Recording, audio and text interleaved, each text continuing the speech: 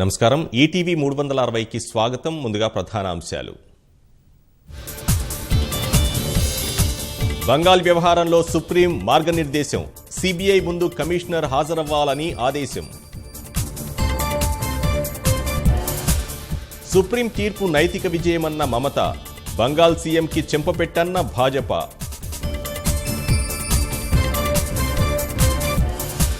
బంగాల్ వ్యవహారంపై రెండో రోజు లోక్సభలో దుమారం. విపక్షాల ఆందోళనతో సాగని ఉభయ సభలు. సాయంత్రం రాహుల్తో రాష్ట్ర కాంగ్రెస్ నేతల భేటీ. లోక్సభ ఎన్నికల సన్నాహాలపై సమాలోచనలు.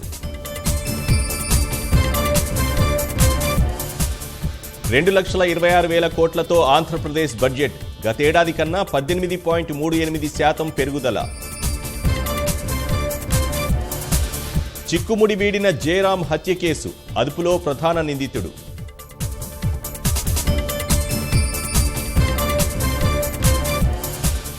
సత్ఫలితాలిస్తున్న హుసేన్ సాగర్ ప్రక్షాళన. మురుగునీళ్లలో పెరుగుతున్న ఆక్సిజన్ శాతం.